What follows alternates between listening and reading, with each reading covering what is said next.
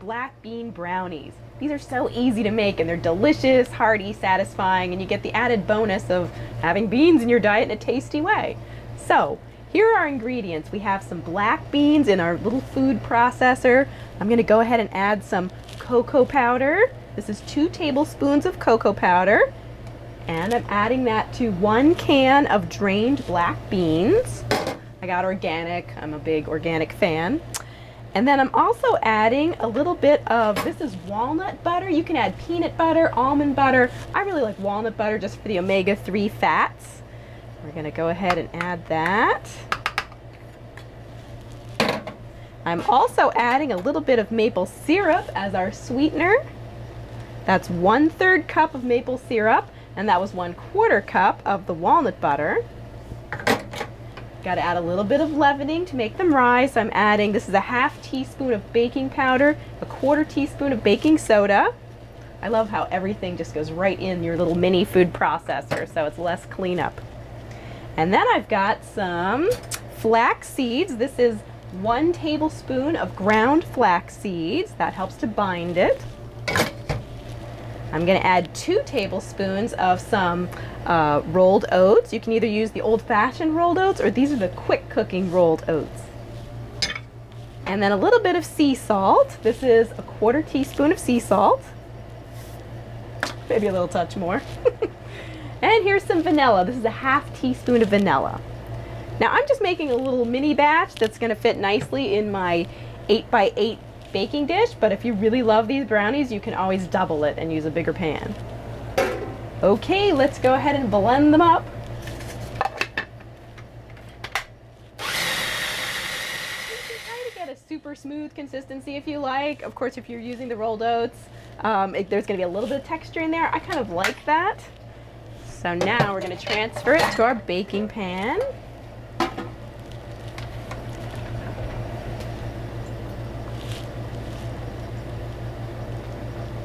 These are so delicious, and kids love these. It's a great way to sneak beans into your child's diet.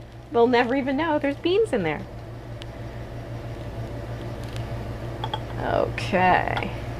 And of course, if you're sensitive to chocolate and you want to use carob in place of the cocoa powder, that's fine too. Okay, so once we get all of our delicious batter in there, we're going to make it extra chocolatey by adding some chocolate chips.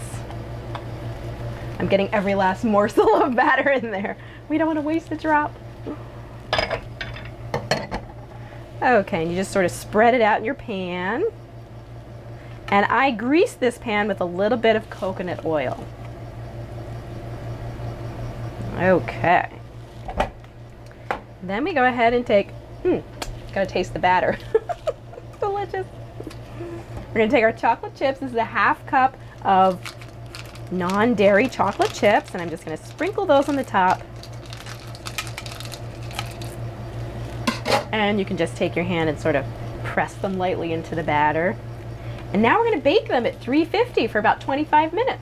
Super easy, right? In they go.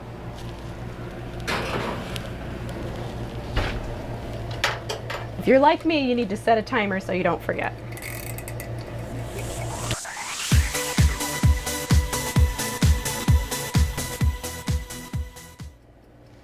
Almost ready.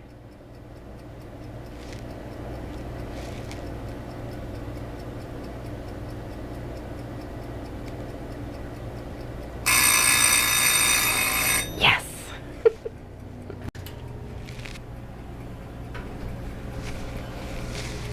Woohoo!